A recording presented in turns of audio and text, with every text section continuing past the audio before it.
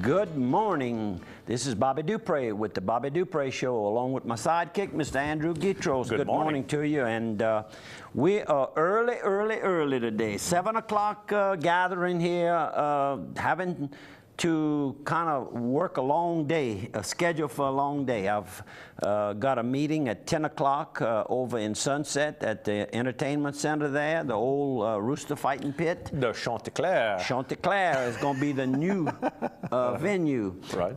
But they assured us that today's, there's not going to be any construction, anything going on. We can hold our meeting there at 10 o'clock. So we had to get up early. We were here at 7 this morning, and we hoping to bring you a good, interesting program. And then right after that, I've got to head out for Louisiana State Boxing and Wrestling Commission meeting, a monthly meeting. So got a pretty good schedule for me. Keeps you young. Keeps me young, keeps me going, and keeps me kind of, I guess, in the mix of things would be a good. And this is, I use those events that I attend to help bring material to the plate. Like at the races, we're going to see some people we met from Arkansas and Mississippi, and how we met them, and all the different things that go on in my life during the week, and then we take a few of yours too.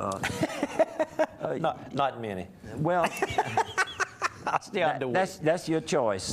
My job is to assist the man. It's not. Don't say the Andrew Show. It says the Bobby Show. That's my job. All right, let's get right into it. We need to get a couple of our good sponsors right off the bat, please. All right. Well, let's go. Because they make this possible. Let's remember that, please. If you can assist our sponsors by doing business with them, we deeply appreciate it. And we'll go start right out the gate with Piggly Wiggly. You've got Piggly Wiggly with locations. You got two in Annapolis, one on the north side, one on the south side. You've also got a location right there in beautiful downtown Simsport. On the Atchafalaya River. That's right. And this weekend, they've got fresh ground beef, $1.99 a pound. That's that good 73% lean. They've got the quarter loin pork chops for $1.69 a pound. They got the John Morrell spiral cut half hams, $1.69 a pound. Just that right size for you to better make sandwiches for the summertime. Maybe the kids are home from school. Maybe you're bringing stuff out to the lake or wherever you're going. Maybe the beach. You know, everybody's going to the beach right now. I mean, Destin is Louisiana East right now. So you can pack up all your good stuff there at the Pig. Don't forget about them also for your water, cases of water right now. You know, hurricane season has begun. We've got a tropical storm out in the Atlantic. I think it's going to go all the way up the Atlantic, not coming into the Gulf of Mexico yet, Chantel.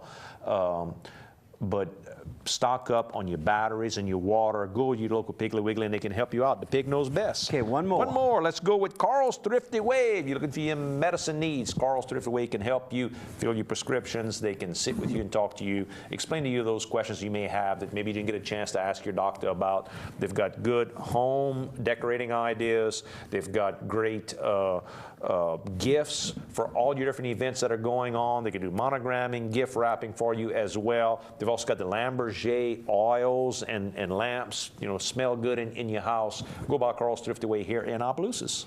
Good. And we, I guess we had more items to talk about than what we had time, and that generally is the case.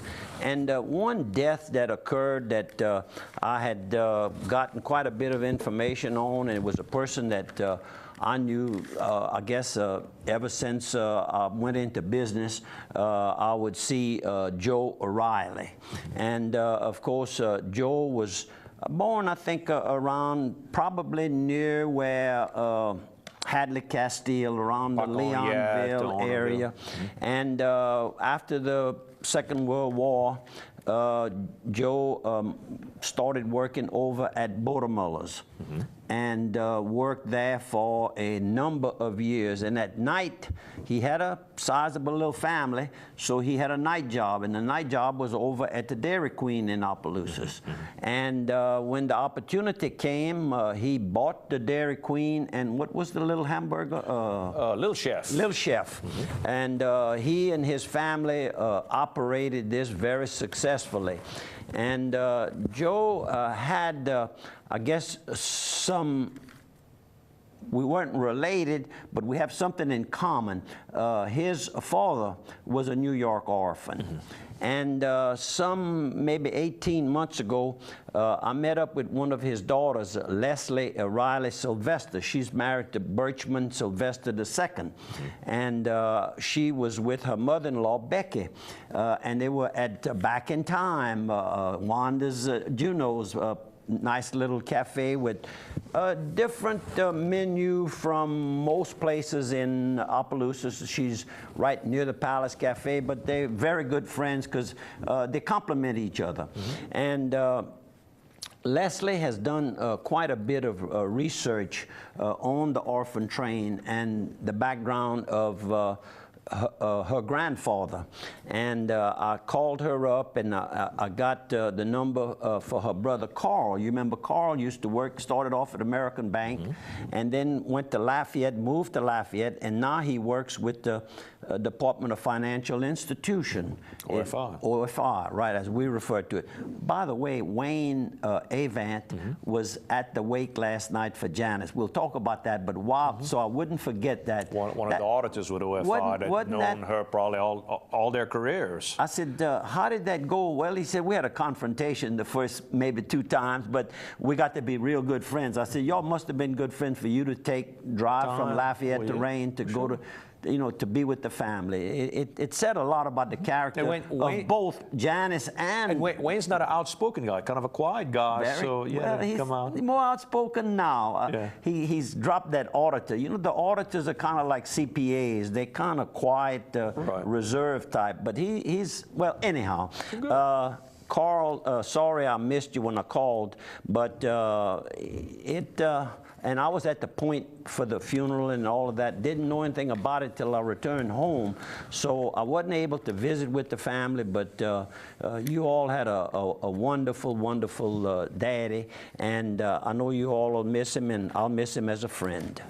And one other one that took place. That's a big one. You and I talked about this last week about how the kids, while she was in the hospital, were going every day and never got a chance to talk about it on the show. We're talking about Carolyn Mayer, Sebastian, Bertrand. Her children were Sebastian, and there was just a dozen of them. Right. And when I was at the kneeler, saying a prayer, you know, for her and the family, I kept hearing people talk about, well, she had suffered long enough. And I said, you know, this lady suffered. You know, there's a suffering that takes place when you deliver that child. And there's always that chance that the mother can die. You know, Adelaide's mom, my first wife, Adelaide, her mother died at her birth. Kind of unusual today, but it still occurs. And she went through this pain and suffering and near opportunity for death 12 times, and she got to see all the children, the grandchildren, the great-grandchildren, and her first husband, Bob, died a number of years ago, and then she remarried Dr. Bertrand. Dr. Charles Bertrand. And they just made a wonderful couple. You remember they used to go to these foreign countries and do this every year and do missionary type work. And very active at St. Landry Catholic Church. You know, she always made sure he got out of the truck, and it's like she was making sure he was okay to get inside the church. Well, that's the funny thing, and he had slowed up a lot and thinking that she'd be there to take care of him, and as it turned out, I think it was a surprise. But that family, I just can't say. We talked about it last week. The kids are something else. They're tight, they're close, they stuck by their mother. There's, I think, 4 visitations a day in ICU here at Opelousas General Hospital, and there were 4 to 6 to 8 of them, of family, grandchildren and all, visiting every day. So, and they're very active in all sorts of different events. From the Yamali to all the theater type stuff and arts and everything. So our deepest sympathies. One child, I think, was a producer for Judge Judy. That's correct. I think so. Stephen, I think it is. No, it's not Stephen. It's not Stephen. But one, you know, they're all involved all have excelled everywhere around the country. Yeah, So well, Robbie is Robbie with the jewelry business here, active. and arts, And arts, Stephen and- with medicine and all that. Yeah, So no, it's a good family. You got it. And got to know most of the children. And Friday night at Toby's Little Lodge here in Opelousas, they're going to have the First Friday Dinner Club. 7 o'clock will be the cash bar, then followed by dinner. They're going to do shrimp remoulade for the appetizer, and a salad with avocados, and a Cornish game hens and wild rice, and sweet potatoes, and Italian cream pie for dessert. This is this Friday. If you're interested, give Miss Toby a call at 290-6243. and they have a weekend schedule that Music in the bar next door. Yep, and so Wayne and Ginger and Todd Doucette really have kicked things off real good, and we wish them well. They're our neighbors here. Our studio is up front, and they're right to the rear. You and I have talked about St. Landry abilities to try to help some of the young kids who have disabilities, but they call it St. Landry abilities, to try to help these kids get forward. There's a softball tournament that's going to be in Port Barre Saturday, August 3rd and Sunday, August 4th at Veterans Memorial Park. If you're interested, call Toria Como, 319-2036. I also want to say Toria Violin. Toria Como, 319-2036. And she can give you more information. Or Susie Abear, if you know Susie over there.